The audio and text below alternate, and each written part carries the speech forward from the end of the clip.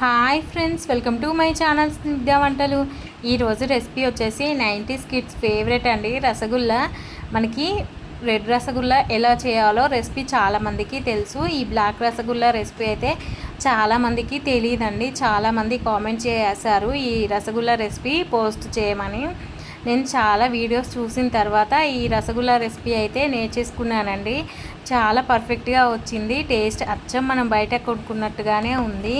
దీనికోసం అయితే ఒక గిన్నె తీసేసుకొని 1 కప్పు వరకు మైదా పిండిని తీసేసుకోవాలండి. ఇలా మైదా పిండి వేసేసుకున్న తర్వాత ఇప్పుడు ఇందులోనే మనం బేకింగ్ పౌడర్ని అయితే వేసేసుకోవాలండి. బేకింగ్ సోడా కాదండి, బేకింగ్ పౌడర్ని ఒక 1/2 టీ స్పూన్ వరకు అయితే వేసేసుకోండి. ఇలా వేసుకున్న తర్వాత 1/2 టీ స్పూన్ వరకు నెయ్యిని వేసేసుకోండి. అలాగే 3 టీ స్పూన్ల వరకు పెరుగును కూడా వేసేసుకోవాలి. మనం ఇలా పెరుగు వేసేసుకున్న తర్వాత నెయ్యి పెరుగు మొత్తం పిండికి పట్టేలాగా బాగా కలిపేసుకోవాలండి. ఒక 2 to 3 మినిట్స్ అయితే బాగా కలిపేసుకోండి. అప్పుడే మనకి పెరుగు అంతా పిండికి పట్టేస్తుంది. ఇలా కలిపేసుకున్న తర్వాత మనం ఇందులోకి వాటర్ని వేసేసుకుంటూ చపాతీ పిండి కంటే కొంచెం సాఫ్ట్గా అయితే కలిపేసుకోవాలండి. మరీ పిండి అనేది హార్డ్గా ఉండకూడదు, కొంచెం సాఫ్ట్గానే ఉండాలి. వాటర్ని మొత్తం ఒకేసారి కాకుండా వాటర్ కొంచెం కొంచెంగా వేస్తూ పిండిని అయితే ఇలా సాఫ్ట్గా కలిపేసుకోండి. ఇప్పుడు 1/4 టీ స్పూన్ వరకు నెయ్యిని పిండిపై అప్లై చేసేసుకొని ఒక 10 నిమిషాల పాటు పక్కకు పెట్టేసుకోండి. 10 నిమిషాల తర్వాత పిండి మరీ సాఫ్ట్గా అయిపోతుంది. ఇప్పుడు మనం ఏ సైజులో అయితే మనకి రసగుల్లా కావాలో ఆ సైజులో అయితే మనం చేసేసుకోవాలండి. ఇలా చేతులను నొక్కి పట్టేసుకొని ప్రెస్ చేస్తూ మనం రసగుల్లా అయితే చేసేసుకోవాలి. ఇలా చేస్తే మనకి రసగుల్లా అనేది లోపల వరకు కుక్ అవుతుంది. ఇలానే ప్రతి రసగుల్లా కూడా మనం చేతికి ప్రెషర్ ఇస్తూ బాగా మర్దన చేస్తూ చేసేసుకోవాలండి. అప్పుడే మనకి లోపల పిండిగా అస్సలు ఉండదు. ఇలా చేసిన రసగుల్లా అన్నిటినీ ఒక ప్లేట్లోకి అయితే పెట్టేసుకోండి. ఇప్పుడు ఒక మందంగా ఉన్న గిన్నె తీసేసుకొని మనం షుగర్ సిరప్ అయితే రెడీ చేసేసుకుందామండి.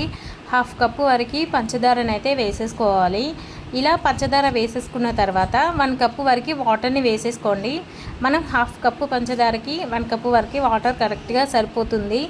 ఇలా పంచదార వేసేసుకున్న తర్వాత మొత్తం ఒకసారి కలిపేసుకోండి. మనకి పంచదార కరిగిపోయి కొంచెం స్టిక్కీ కన్సిస్టెన్సీ వస్తే సరిపోతుంది. మరి మనకి తీగపాకం ముదురుపాకం ఏం రానవసరం లేదండి. ఇలా కొంచెం జిగురుగా ఉంటే సరిపోతుంది. ఇందులో ఇలాచి వేసి మూత పెట్టి పక్కకు పెట్టేసుకోండి.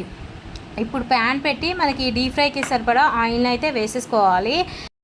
ఆయిల్ వేసేసుకున్న తర్వాత ఆయిల్ని అయితే మీడియం హీట్లోనే ఉంచేసుకోండి. ఇలా మీడియం హీట్లో ఉన్నప్పుడే మనం చేసి పెట్టుకున్న రసగుల్లా అన్నిటిని అయితే ఆయిల్లోకి వేసేసుకోవాలి. ఇలా రసగుల్లా వేసేసుకున్న తర్వాత ఒక 5 మినిట్స్ పాటు అసలు కదపకుండా ఉంచండి. 5 మినిట్స్కి మనకి రసగుల్లా అనేది ఆయిల్ నుండి కొంచెం పైకి తేలుతుంది. ఇలా పైకి వచ్చిన తర్వాత మనం 2 వైపులా మంచి కలర్ వచ్చేంత వరకు ఈ రసగుల్లాను అయితే ఫ్రై చేసేసుకోవాలండి. లోపల వరకు కుక్ అవ్వాలంటే మనం లో ఫ్లేమ్లోనే కుక్ చేసేసుకోవాలి. అప్పుడే మనకి లోపల పిండి కూడా చక్కగా ఉడికిపోతుంది. చూడండి, ఇలా మనకి 10 to 15 మినిట్స్ అయితే పడుతుందండి ఇవి లోపల ఫ్రై అవ్వడానికి. ఇలా 10 to 15 మినిట్స్ తర్వాత ఇవి మంచి కలర్లోకి వచ్చిన తర్వాత మనం ఈ షుగర్ సిరప్లోకి అయితే వేసేసుకోండి. ఇవి వేడిగా ఉన్నప్పుడే షుగర్ సిరప్లోకి వేసేసుకోవాలి. ఒకవేళ షుగర్ సిరప్ చల్లారినట్టయితే కాసేపు వేడి పెట్టేసుకోండి. ఇవి వేసేసుకున్న తర్వాత మూత పెట్టేసి ఒక 10 నిమిషాల పాటు పక్కకు పెట్టేసుకోవాలి. 10 నిమిషాల కల్లా మనకి ఈ రసగుల్లా అంతా షుగర్ సిరప్ని పీల్చేసుకుంటాయి. మనకి చక్కగా రెడీ అయిపోతాయండి రసగుల్లా మాత్రం. ఒకవేళ షుగర్ సిరప్ అనేది పూర్తిగా చల్లారితే మీరు కాసేపు హీట్ చేసేసుకోండి. హీట్గా ఉన్నప్పుడు వేసుకుంటేనే మనకి రసగుల్లా అనేది షుగర్ సిరప్ని పీల్చేసుకుంటుంది. చూడండి, మనకి 10 మినిట్స్ అలా వదిలేస్తే రసగుల్లా అయితే పర్ఫెక్ట్గా రెడీ అయిపోయింది. టేస్ట్ చాలా బాగుందండి. మనం స్కూల్ టైంలో షాప్లో కొన్నట్టుగానే ఉన్నాయండి. తప్పకుండా రెసిపీని అయితే ట్రై చేసి ఎలా వచ్చిందో కింద నాకు కామెంట్ చేయండి.